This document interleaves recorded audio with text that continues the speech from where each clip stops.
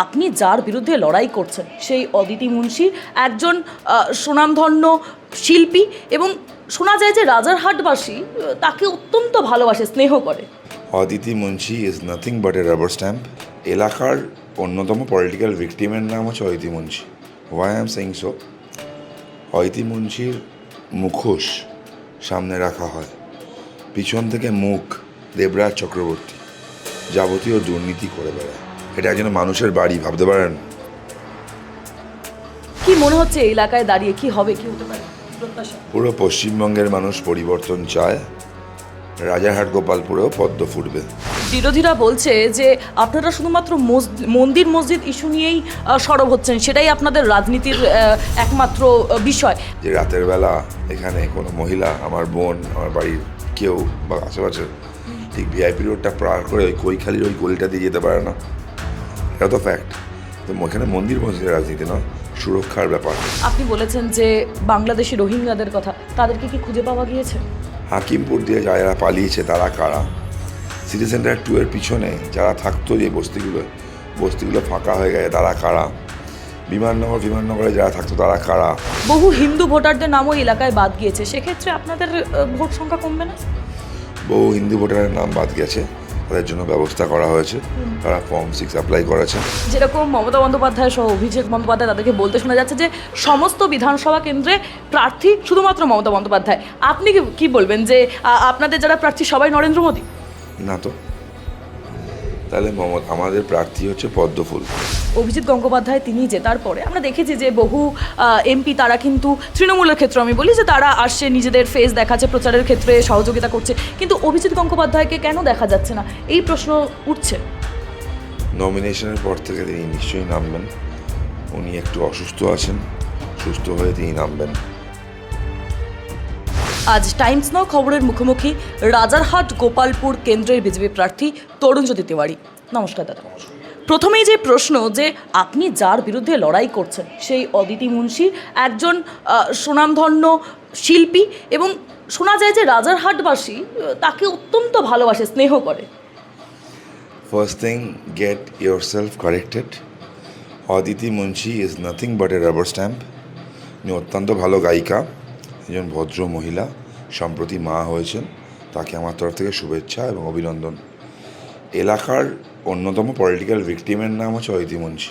Y I am saying so, অদিতি মুন্সির মুখোশ সামনে রাখা হয়, পিছন থেকে মুখ দেবরাজ চক্রবর্তী যাবতীয় দুর্নীতি করে বেড়ায়।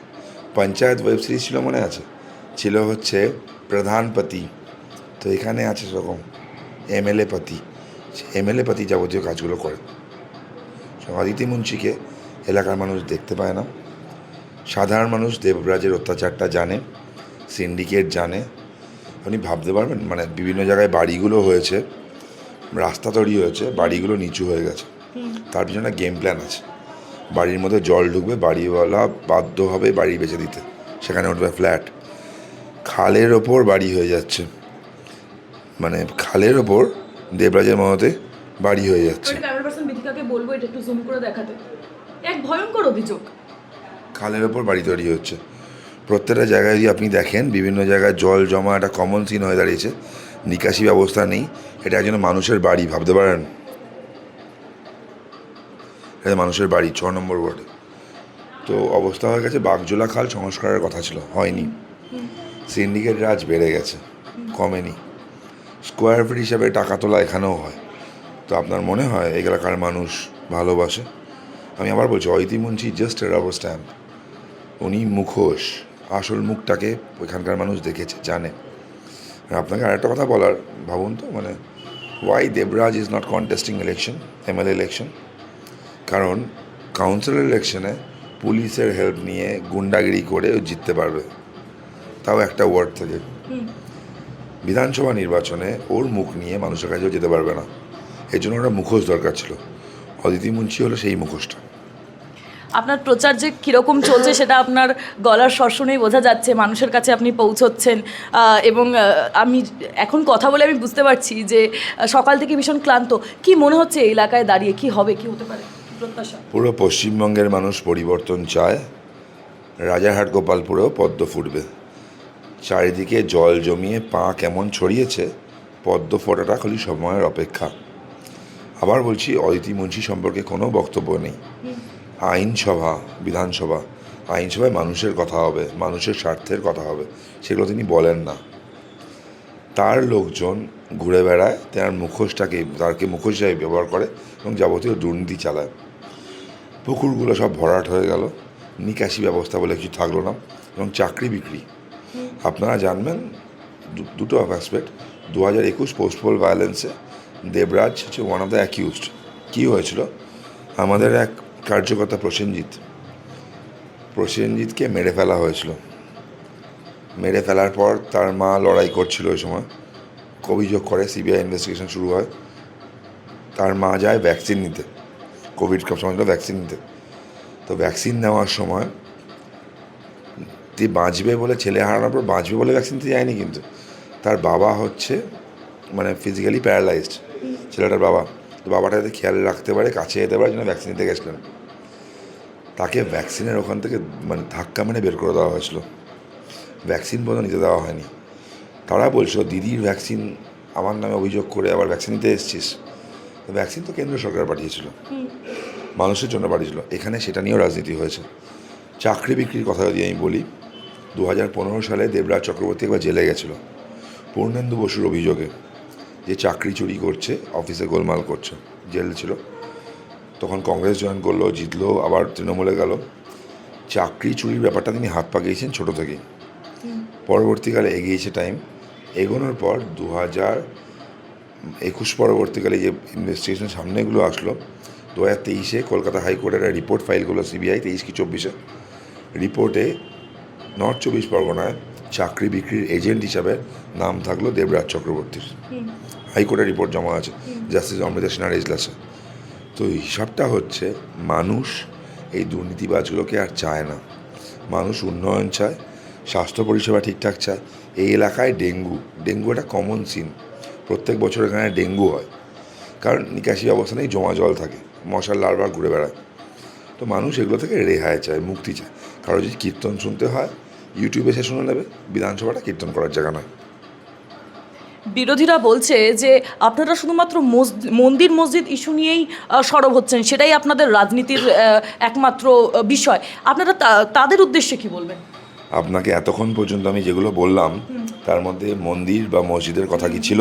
না। প্রান্তিক মানুষের জ্বালাতন ছিল, প্রান্তিক মানুষের রোজগার নেই, সেটা ছিল। এলাকাটা বৃদ্ধাশ্রমে পরিণত হয়েছে, বেশিরভাগ বুড়ো বুড়ি থাকে ফ্ল্যাটগুলোতে, ছেলেমেয়েরা বাইরে থাকে, তাদের কথা বলছি। দেখুন, মন্দির মসজিদ রাজনীতি করা বিষয় না, কিন্তু এটাও তো বিষয় যে রাতের বেলা এখানে কোনো মহিলা, আমার বোন, আমার বাড়ির কেউ বা আশেপাশের, ঠিক ভিআইপি রোডটা পার করে ওই কৈখালির ওই গলিটা দিয়ে যেতে পারে না। এটা তো ফ্যাক্ট। তো এখানে মন্দির মসজিদের রাজনীতি নয়, সুরক্ষার ব্যাপার। আর আমি এতক্ষণ ধরে যেগুলো কথা বললাম, একবারও মন্দির মসজিদের কথা বলিনি। কিন্তু আপনি বলেছেন যে বাংলাদেশি রোহিঙ্গাদের কথা, তাদেরকে কি খুঁজে পাওয়া গিয়েছে? আমি চিনার পার্কে থাকি, আমার বাড়িতে বাবু বলে একজন আসতো। বাবু ময়লা নিত, একটু লাল রঙের দাড়ি ছিল। আমি জিজ্ঞেস করলাম, এরকম দাড়ি রঙ করে রেখেছো কেন? কি মারতাম। তো বাবু আসতো, এমনি গোপহীন দাড়ি না, পুরো দাড়ি ছিল। গাড়ির সামনে একটা রাধাকৃষ্ণ স্টিকারও থাকতো। ময়লা নিচ্ছে তো কী আছে, ভালোবাসতে পারে ঠাকুর। যখন এসআইআর ঘোষণা হলো, সেই বাবুকে আমি দেখলাম হাকিমপুর চেকপোস্টে। তার নাম জানলাম জামাল। হাকিমপুর দিয়ে যারা পালিয়েছে তারা কারা? সিটি সেন্টার 2-এর পিছনে যারা থাকতো, যে বস্তিগুলো ফাঁকা হয়ে গেছে, তারা কারা? বিমাননগরে যারা থাকতো, তারা কারা? এই এলাকা থেকে প্রচুর লোক পালিয়ে গেছে। একটা সময় ডোমেস্টিক হেল্প ক্রাইসিস দেখা গেছিলো, ডোমেস্টিক হেল্প পাওয়া যাচ্ছিল না। কেন যাচ্ছিল না বলুন তো? এসআইআরের জন্য ভয় পালালো কেন? তো এরা কারা? এরাও হচ্ছে ভোট ব্যাংক, এরা হচ্ছে ভোটিং মেশিনারিজ। এদেরকে ধরিয়ে দেওয়ার ভয় দেখিয়ে তৃণমূলের লোকজন এদেরকে দিয়ে ছাপ্পাটা করাতো। আজকে এখানে ছাপ্পা মারার মেশিনারি নেই, আজকে এখানে ভুতুড়ে ভোটার নেই, শিফটেড ভোটার নেই, জালি ভোটার নেই। আপনার 2024-এর হিসাব বলি, 2024-এ লোকসভার সেগমেন্ট হিসাবে এই বিধানসভার বিজেপি 74 ভোটে হেরেছিল। এসআইআরের ফলে এখান থেকে নাম বাদ গেছে 54,000। মৃত শিফটেড পুরোটাই তৃণমূল নিজের দিকে করাতো। আমি বলছি না এই 54,000-এর মধ্যে সবাই তৃণমূলের ছিল বা সবার ভোট করাতো বর্তমান মেজরিটি করাতো। মে গড ব্লেস তৃণমূলটা আর নেই এই বিধানসভায়। আপনার কথার প্রসঙ্গে তাহলে বলি যে বহু হিন্দু ভোটারদের নামও এলাকায় বাদ গিয়েছে, সেক্ষেত্রে আপনাদের ভোট সংখ্যা কমবে না? বহু হিন্দু ভোটারের নাম বাদ গেছে, তাদের জন্য ব্যবস্থা করা হয়েছে। তারা ফর্ম 6 অ্যাপ্লাই করেছেন এবং তাদের ফর্ম 6 অ্যাপ্লাই করার জন্য যাবতীয় সাহায্য আমরা করেছি। আমার অফিসে আমি তাদের ব্যবস্থা করলাম ফর্ম 6 অ্যাপ্লাই করার জন্য। নর্মালি করা উচিত। দেখুন, হিন্দুদের বারবার বলা হয়েছিল, যারা ওই পার থেকে এসছে, যে আপনারা সিএ অ্যাপ্লাই করুন, অনেকে করেননি। অনেক ক্ষেত্রে তৃণমূলী বিএলওরা, তৃণমূলী ইআরওরা বিজেপির ভোটারদের পয়েন্টেড আউট করে নাম বাদ দিয়েছে, সেগুলোকে রেস্টোরেশনের ব্যবস্থাও হচ্ছে। ভারতীয় জনতা পার্টি হিন্দুদের পাশে ছিল, আছে এবং থাকবে। এখানে শুধু হিন্দু মুসলিমের ব্যাপার নয়, সবকা সাথ সবকা বিকাশ সবকা বিশ্বাসের কথা যেমন বলা হয়, তেমন স্বাভাবিকভাবেই আমরা হিন্দুদের পাশে দাঁড়াবো, এটাও স্বাভাবিক। আমরা পাশেই আছি তাদের। দাদা, যেরকম মমতা বন্দ্যোপাধ্যায় সহ অভিষেক বন্দ্যোপাধ্যায় তাদেরকে বলতে শোনা যাচ্ছে যে সমস্ত বিধানসভা কেন্দ্রে প্রার্থী শুধুমাত্র মমতা বন্দ্যোপাধ্যায়, আপনি কি বলবেন যে আপনাদের যারা প্রার্থী সবাই নরেন্দ্র মোদী? না তো, তাহলে আমাদের প্রার্থী হচ্ছে পদ্মফুল।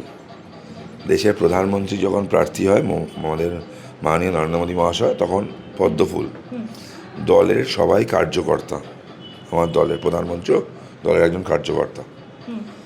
মমতা বন্দ্যোপাধ্যায় এই কার্ডটা 2016-তে খেলেছিল, আমাকে দেখে ভোট দিন, 294টা কেন্দ্রে আমিই প্রার্থী। উতরে গেছিলেন, এবার উতরাবেন না। এই সব কটা কেন্দ্রের প্রার্থী তিনিই হন, তাহলে তাকে স্বীকার করতে হবে তিনি কয়লা চোর, তিনি গরু চোর, তিনি চাকরি চোর, তিনি বালি চোর, তিনি মানুষের স্বপ্ন চোর, তিনি জমি চোর। তাকে স্বীকার করতে হবে, তিনি স্বীকার করুন আগে যে সব কটা চোর তিনি। যদিও আমরা জানি পশ্চিমবঙ্গের সব চুরিগুলো হয় তার অনুপ্রেরণায়। একটু অন্য প্রসঙ্গে কথা বলি। আমরা সাম্প্রতিক একটি ঘটনায় দেখলাম যে রাহুল অরুণোদয় বন্দ্যোপাধ্যায় তিনি একটি দুর্ঘটনায় মারা গেলেন। একজন আইনজীবী হিসেবে আপনি কি ভাবছেন যে এটা একটা স্বাভাবিক ঘটনা, এটা একটা দুর্ঘটনা শুধুমাত্র? প্রপার ইনভেস্টিগেশন হওয়া উচিত। ওনার পিএম রিপোর্টটা সামনে আসবে নিশ্চয়ই। যখন দুর্ঘটনায় মারা গেছে একটা ইউডি কেস স্টার্ট হবে, নর্মাল প্রসেস বলছি আমি। প্রিলিমিনারি ইনভেস্টিগেশনও হবে, আমার মনে হয় হওয়া উচিত। কারণ যে কোনো মৃত্যু দুঃখজনক, তো উনি মারা গেছেন, ওনার বিদায়ী আত্মার শান্তি কামনা করি, কিন্তু তদন্তটা হওয়া উচিত। এই ক্ষেত্রে আরেকটা বক্তব্য যে অভিজিৎ গঙ্গোপাধ্যায় তিনি জেতার পরে আমরা দেখেছি যে বহু এমপি তারা কিন্তু তৃণমূলের ক্ষেত্রে আমি বলি যে তারা আসছে, নিজেদের ফেস দেখাচ্ছে, প্রচারের ক্ষেত্রে সহযোগিতা করছে, কিন্তু অভিজিৎ গঙ্গোপাধ্যায়কে কেন দেখা যাচ্ছে না, এই প্রশ্ন উঠছে। নমিনেশনের পর থেকে তিনি নিশ্চয়ই নামবেন। উনি একটু অসুস্থ আছেন, সুস্থ হয়ে তিনি নামবেন, তিনি পুরো রাজ্য জুড়েই প্রচার করবেন। আমরা যখন আসছিলাম এই রাস্তা থেকে আমরা দেখলাম যে রাস্তার কতটা খারাপ অবস্থা, জমা জল, এবং সেক্ষেত্রে মশার উপদ্রব, সমস্ত কিছু। আপনি জিতলে বিধানসভায় গিয়ে ঠিক কী কী বিষয়ে সরব হচ্ছেন না? ফার্স্ট হচ্ছে নিকাশি ব্যবস্থা, সেকেন্ড হচ্ছে বাগজোলা খালের সংস্কারের জন্য নাকি 320 কোটি টাকা এসেছিল, স্যাংশন হয়েছিল, ফান্ড কিন্তু নেই, তো ফান্ডের ব্যবস্থাটা করা। থার্ড হচ্ছে সিএসআর ফান্ডিং ইজ নেসেসারি এই বিধানসভা কাজের জন্য। তো সিএসআর ফান্ডিং এখানে ব্যবস্থা করা, যাতে অন্য ফান্ড দিয়েও কাজগুলো হয়। বাগজোলা খাল সংস্করণ, যেমন রাস্তাগুলো একটা বড় ইস্যু হয়ে গেছে, রাস্তা তৈরি হয়েছে অদ্ভুতভাবে, বাড়িগুলো 1-1.5 ফুট নিচু হয়ে গেছে রাস্তার জন্য। রাস্তাগুলো যদি খুঁড়ে নিয়ে করতো, এক্সকাভেট করে করতো, তাহলে এই প্রবলেমটা হতো না। তো রাস্তাগুলোকে আবার ঠিক করা, আমি কোয়াইট শিওর যা কন্ট্রাক্টর আছেন ওইভাবে রাস্তা করার জন্য তারা নেই, তাদেরকে খুঁড়ে নিয়ে করাচ্ছিল, তারা ওপর করে দিয়েছেন, ইচ্ছা করেই করেছেন, ঝামেলাটা বাড়ে। সেগুলোকে ঠিক করা, তাদেরকে ধরা, এবং সবচেয়ে বড় এখানকার সিন্ডিকেট রাজ বন্ধ করা।